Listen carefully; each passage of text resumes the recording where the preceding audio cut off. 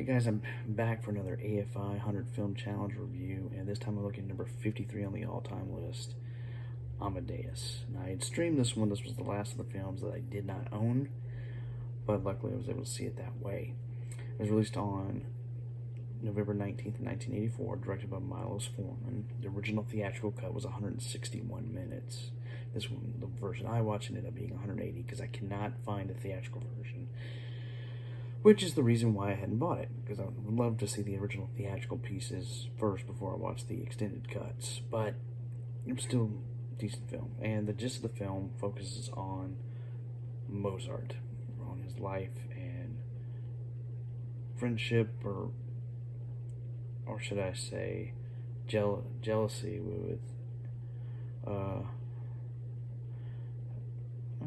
no, actually, from Abraham's Salazar.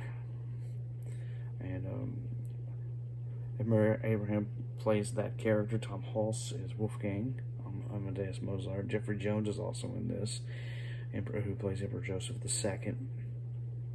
And it's not a historically accurate film. Let's make that clear. Even the director said he didn't want to do that. He wanted to make something entertaining. And because a lot of things, if you read up on the history of the character, a lot of the stuff didn't happen. But it's still a watchable movie for what it is, for a biography. I mean, it was incredibly popular on a budget of 18 million, made 90 million worldwide, and ended up being nominated for 11 Academy Awards, and it pretty much swept everything. In that, it won 8. One for Best Picture, Best Actor for F. Murray Abraham, Best Director, Costume Design, Adapted Screenplay, Art Director, Best Makeup, Best Sound. Tom Hulse, unfortunately, was lumped into the Best Actor category, and that's why he didn't win. But he was really good in this film. He has an infectious laugh that when you hear it, you know it's him. I mean, that's the thing I most remember about this, seeing this when I was younger, is that laugh. Now, the problem is he's also an alcoholic, which eventually, as you see the film, you'll understand how that plays out. Although there is a lot of uncertainty in his death in actual life. This also had a soundtrack that featured all works by Mozart that was demanded not to be changed by the director.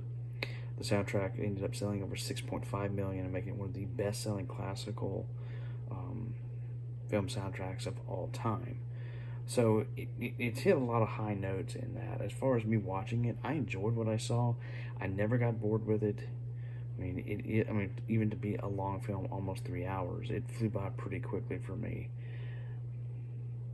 It was definitely interesting seeing it after seeing it years ago. In fact, I remember watching it in school, which is kind of shocking to me because some of the things that shows me what was actually cut out, because there is some nudity and some other things involved in this film that wasn't in the version that I saw years ago.